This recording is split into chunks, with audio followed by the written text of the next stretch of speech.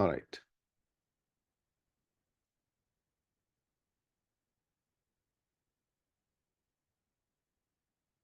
So the 4 stages of flowering of a chakra. If I ask someone, how was your meditation? The most common answer I usually get are, oh, it was deep. I had many thoughts. I think I fell asleep. I felt lighter. I felt relaxed, or something along those lines. Describing a meditative experience is difficult because, in some ways, we are trying to distill the ocean into a teacup. Describing a meditative experience is difficult because, in some ways, we are trying to distill the ocean into a teacup. So the sensitivity to observe and the vocabulary to describe are both required, both required, and they take some time to develop. Often it is easiest to describe how we feel at the end of a meditation.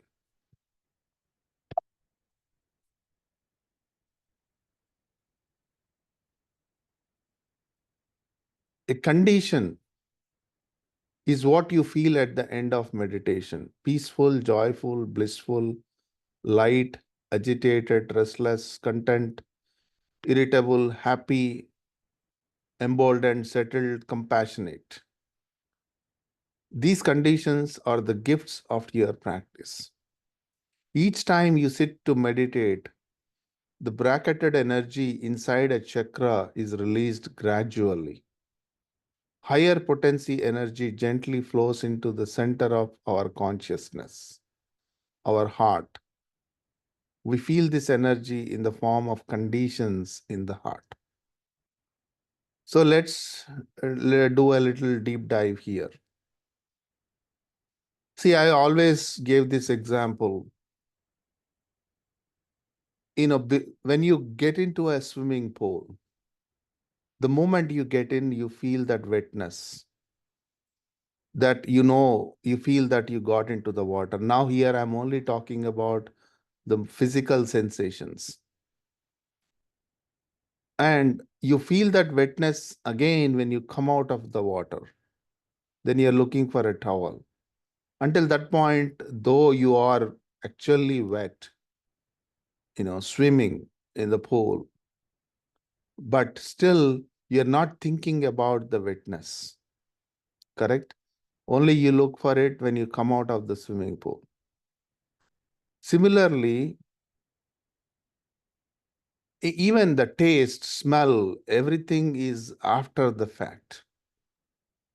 So when it comes to deep meditation, it kind of goes much beyond the mental perceptions or mental realm, right? It goes beyond that.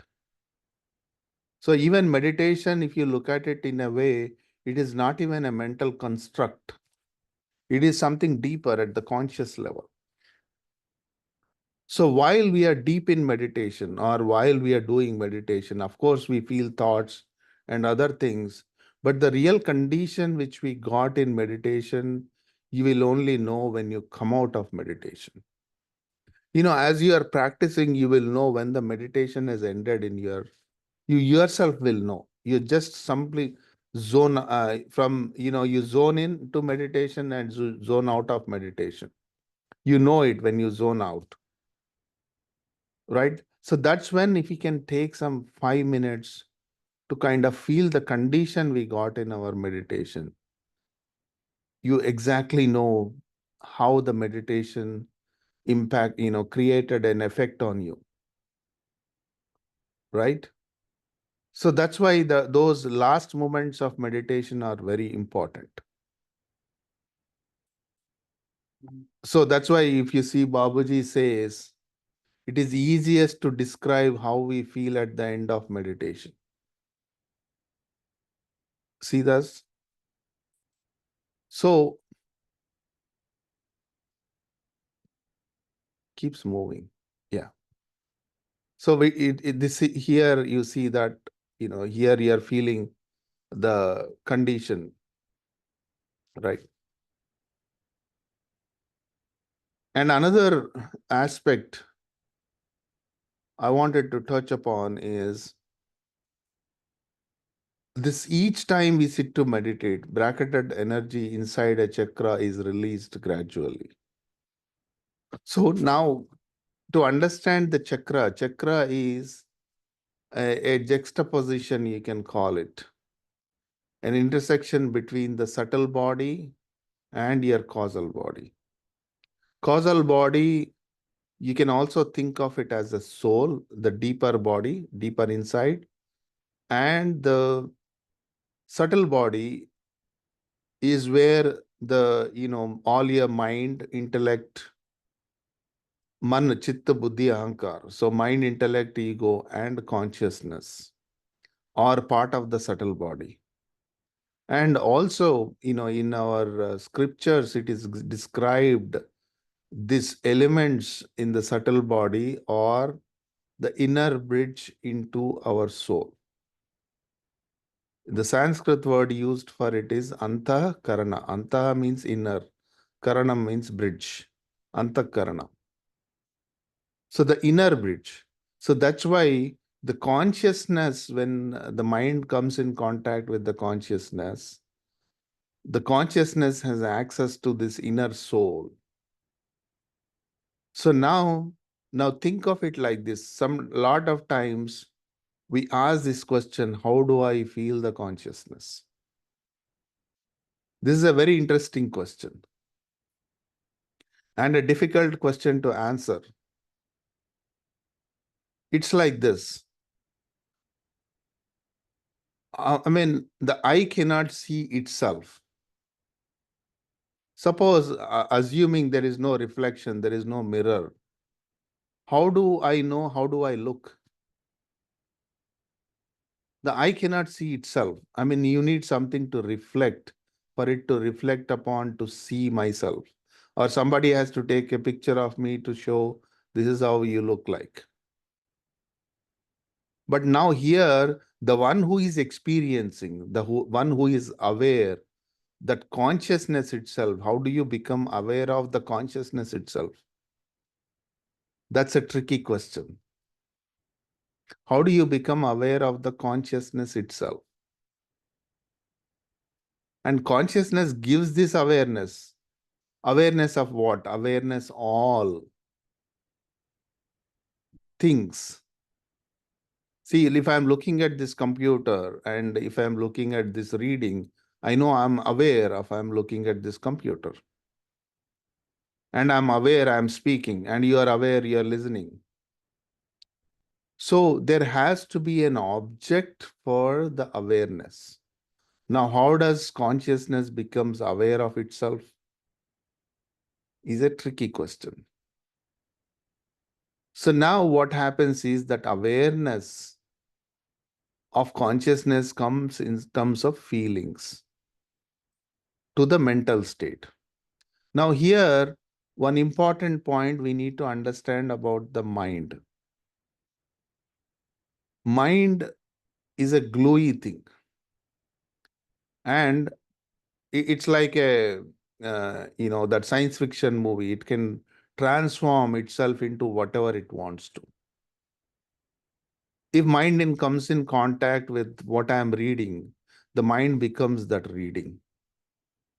If mind comes in contact with your work, the mind becomes work.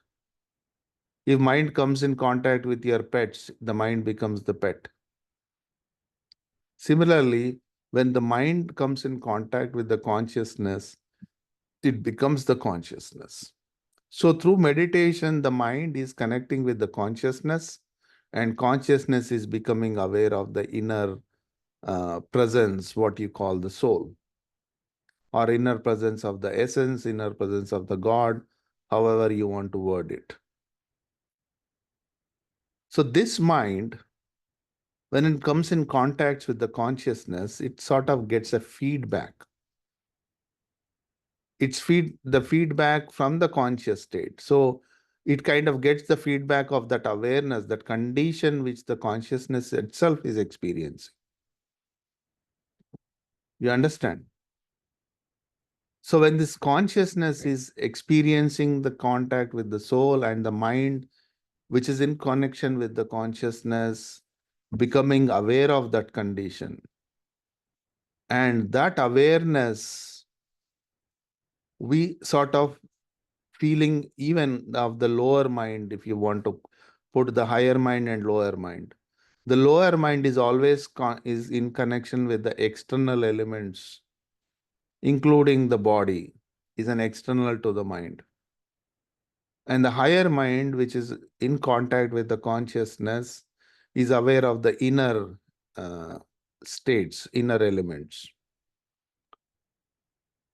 So now from this, the higher mind, all the way, the feedback comes to the lower mind.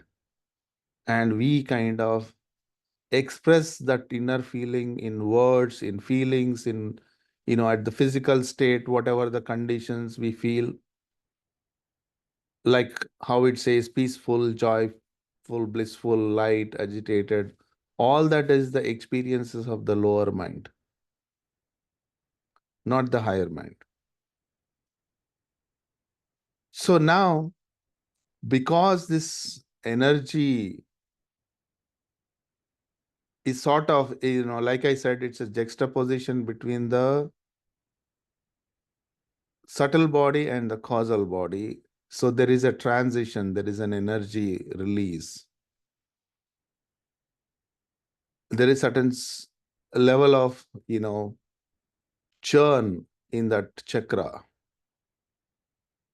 So because of this release of energy, I mean, even though we are calling it as energy, it is not exactly energy. It's a subtle state, subtle vibration. But how do you explain, even in a physics terms, any vibration is certain energy, certain potency in it. Otherwise, there is no vibration. So those vibrations, mind interprets as conditions. So now here, another role of the mind. Like I said, mind becomes that which you put upon. Another role of the mind is also an interpreter of the inner expression. So every expression, every language, every thought, every feeling is actually coming from the inside, even beyond consciousness. Through the mind, through the interpretation of the mind, we feel them. And we know them as conditions. We know them as thoughts. And those thoughts, even we translate into the language we know, language we are accustomed to or used to. Imagine the form of a thought if there is no language. How do you know the thought if there is no language? It's an interesting thing to think about, right? So that's why look at it this way. Now here it's all the way from the deep inside to the consciousness to the soul, or the higher soul, whatever you want to call it. And the feedback is coming all the way back to the lower mind, and we feel it at the physical level. So this is the process of the journey of meditation, and this happens in every meditation. We do this journey all the way to the end and come back. So that is why meditation is important. So every meditation, we go all the way to the end of the journey, what we call the goal in heartfulness. In every meditation, we touch the goal and come back. So, I mean, this is, if you understand this, the achievement of meditation, if you understand it this way, you will never miss your meditation. You get it? Every meditation, we are going to the goal. So the goal is not something away after your 100 years of meditation. No, it's happening in every meditation, whether you're a beginner, whether you're doing it for 1 year, 2 years, 10 years, 30 years, or 1,000 years. It's the same journey. We are taking all the way to the end and coming back. But there is certain mastery we achieve as we are going through this journey several times every day. Now that we get accustomed to the journey, so we start recognizing certain stops or certain significant moments. And those significant moments are basically at the point of chakras or points, to even simplify it, not to confuse with the traditional chakras versus the heartfulness chakras. So you need to be vigilant in nurturing the condition. When you protect and nurture the condition,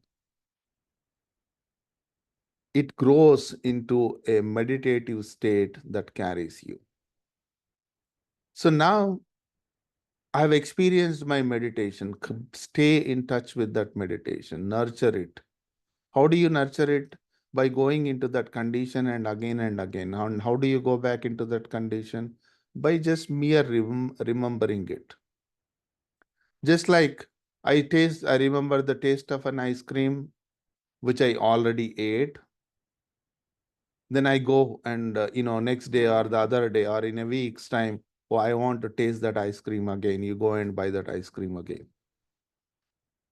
But the moment you think of that ice cream, you're already experiencing its taste, the experience you had before by eating that ice cream. Correct?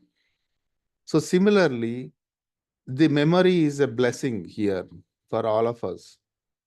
So when I think and when I remember the state of meditation which I had in the morning, that condition produced again and again and again. Got it? So that's why meditation So that's why meditation is a tool to experience, so that I can remember, I can carry it throughout the day and be in that state again and again at my will. So this is the real practice of spirituality. It's just not the morning meditation is important. Yes, of course it is important. Otherwise, this journey is not possible. But by recreating that condition and again, what happens is I sort of nurture that condition. So when I nurture something, it has to grow. So the next day when I meditate, if I nurture my meditation this way today, next day when I meditate, it gets more refined. Means it grows. And the next day, and the next day. Like that, we keep on refining our meditation. Only by nurturing. Otherwise, it's like I sow the seed in the soil, and the next day I take out the seed and sow another seed in the soil, and again take out the seed and sow another seed in the soil. What happens? You will never get a plant. Correct? Same thing here. So we grow what we had, what we have experienced on our very first meditation. So that I can grow it gradually. It grows into a big tree. And one day it will become a tree just like you saw in the Avatar movie, the huge, humongous tree. And that's what the spiritual progress really means. But from a progress perspective, if I have to talk, in every meditation we reach the goal.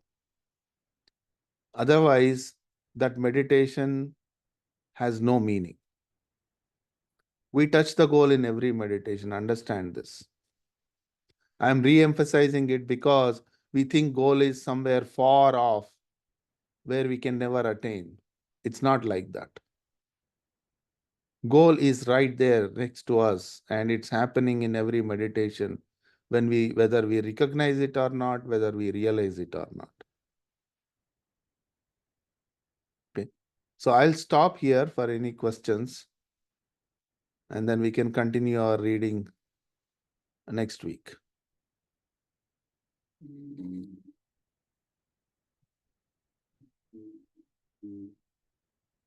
can unmute yourself and or share anything, comment, questions, observation, whatever you want to say.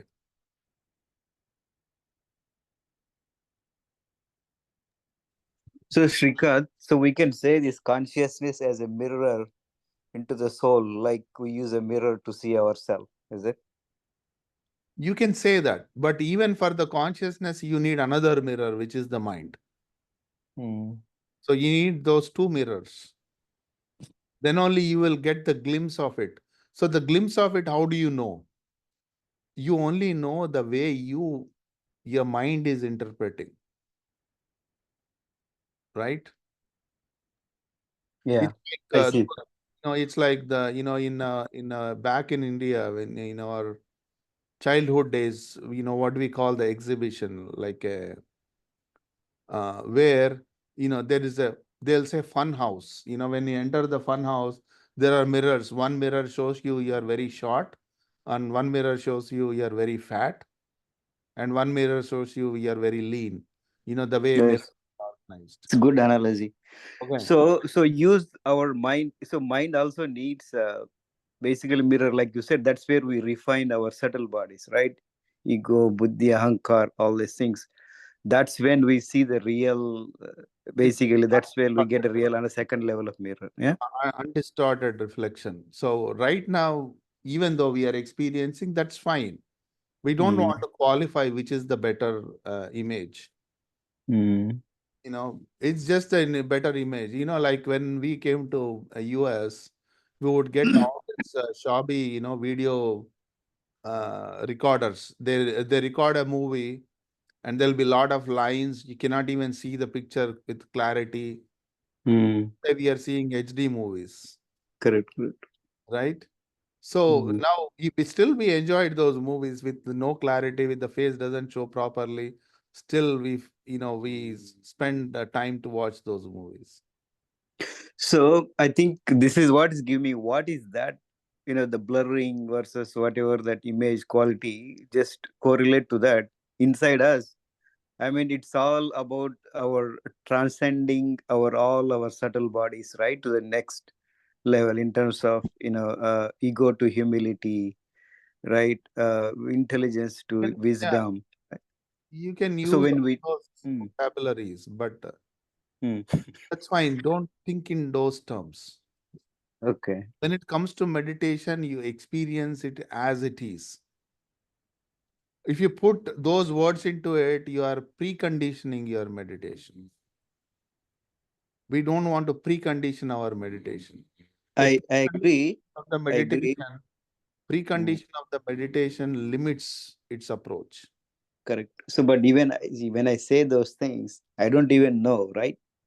You, So, ego to humility, yeah, because when we really experience, I think that's where, I mean, I went through this book completely. That's why I was able to even come back. Now it's helping me to right. reflect, because when I went through some situations like acceptance, right, in Mm, terms of peace, what it really means mm, when you have a real experience. I think that's where your inner self will tell you what it is means is.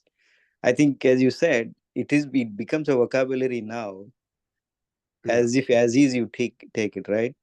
correct. But that's why, especially I tell younger folks here, even my kids and all, they don't get it, because I mean, right now everybody they're in a cozy. I think experience has to teach. I got it. Thank you. I don't want to take it further. Yeah. Okay, good. All right. So let's get into meditation. So we know that we have satsang with Daji at 9 o'clock. So we'll join from our homes that satsang as well. So we decided we'll do half an hour meditation and treat this as one level of preparation for the next meditation. So let's meditate together. I'll stop the recording.